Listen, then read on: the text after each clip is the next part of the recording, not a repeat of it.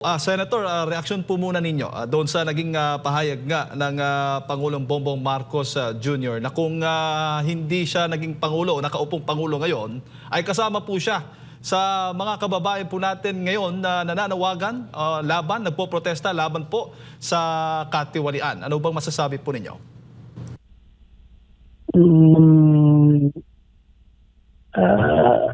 Ano ba, maganda or hindi maganda dahil ibig ba niya sabihin na siya mismo magpoprotesta laban sa kanyang gobyerno.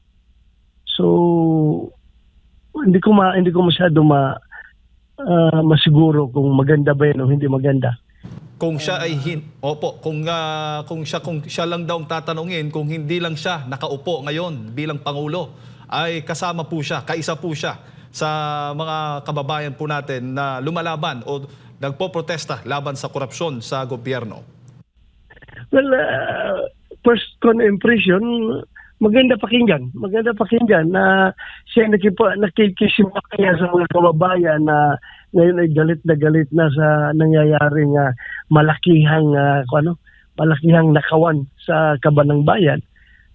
Maganda pakinggan na siya ay nakikiisa. Pero on the other hand, kanino ba nagre-revolt nagkuha ng mga tao? Kanino ba nagagalit ang tao? Kundi ba sa kanyang gobyerno? So siya mismo magprotesta laban sa kanyang gobyerno. I think instead of going with the people to show his intention to clean this government, gawin na lang niya is yung house cleaning. Hindi man ito mangyayari kung wala nagpapabaya. Granting sabihin natin na hindi siya sangkot, hindi siya kasama dito, pero still, command responsibility, the buck stops at the chief executive. Opo. So dapat aksyonan niya ito at hindi lang yung pasama-sama lang, yung intention lang na gustong sumama sa rally. Opo, para nga tugunan itong katiwalian, lalo na itong anomalyang flood control project, Senator, ay itinatagpo ng Pangulo itong isang independent commission on infrastructure para nga po ay maimbestigahan na itong katiwalian sa mga proyekto po ng flood control. Ano naman po ang masasabi po ninyo dito? I wish the ICI good luck. I wish them well. Sana magtagumpay sila sa kanilang layunin na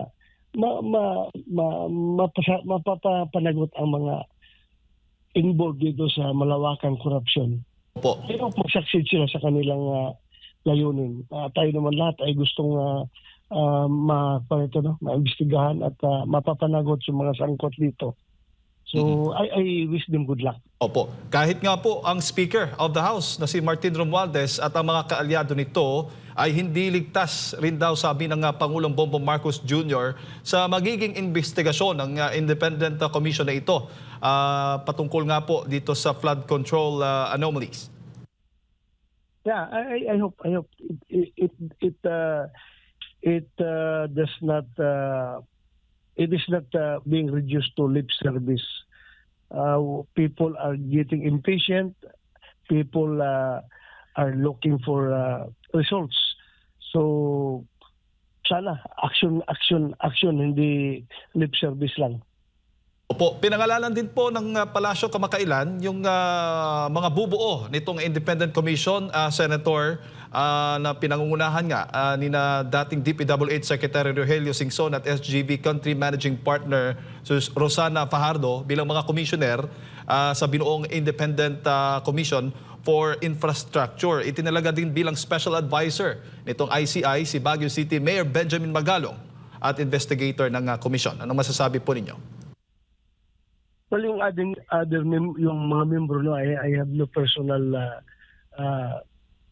acquaintance or personal knowledge about their background, their work ethics. Hindi ko po alam.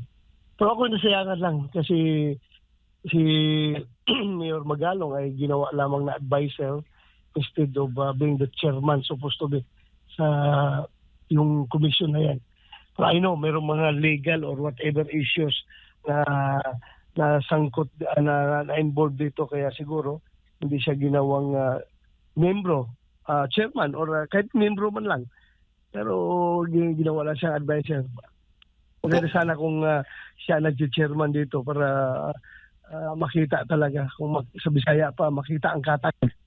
Makita ang katag kung siya ang ginawang chairman. Sayang, pero sa personal, I know the person of General Magalong, Mayor Magalong. As far as integrity is concerned, kilala ko yung tao na yan. Opo. Pero para po sa inyo, Senator, papaano ho ba mas mabibigyan ng pangil itong independent commission po para sa inyo?